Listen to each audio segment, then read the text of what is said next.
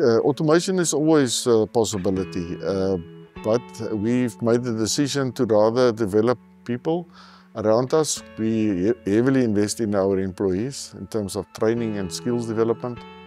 In terms of the automation side, it is always a possibility, but overall, the processes of building machines by hand will remain.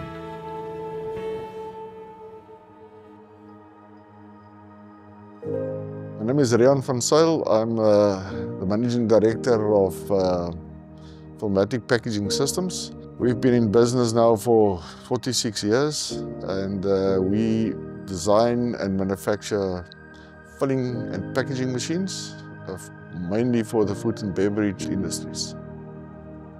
Volmatic has over the years developed a lot of products, and every year we develop new products for the packaging market, like our new roll-fed labeling machine that we've developed for the African market, actually for the world, but specifically for the African market. We're the only company that does it.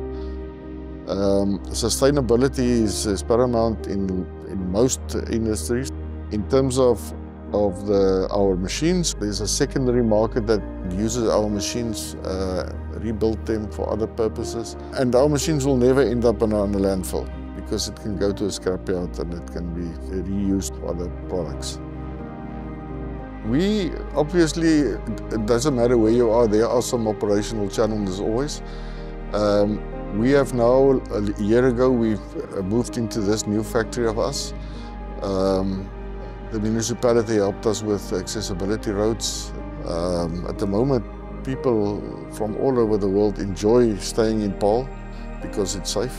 So that's what I think the municipality can keep doing, is make sure that the roads are safe and clean. Because we are such a long time in Paarl, and most of our employees stay in Paarl, we've developed about 60% of our workforce from using local people, training them. Myself started as a project planner here.